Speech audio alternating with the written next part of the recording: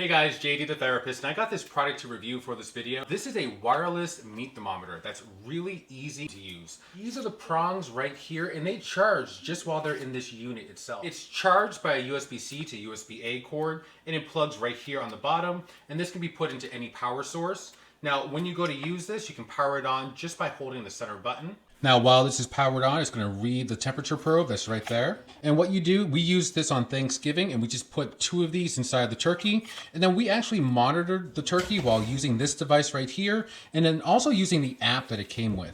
What I like about this monitor is that it does have non-slip feet here on the bottom, so wherever you're putting it, it's not going to slide around, it's just going to stay right where it is. And then if you are using the cell phone monitor, it's fantastic because you can check it anywhere around in the house. Easier for us, that way we don't have to stick around this monitor all day. But with this, they're really easy to clean. I just clean it off in the sink with some Dawn dish soap and warm water, and then I just let it dry and then put it right in, and you're not going to lose it.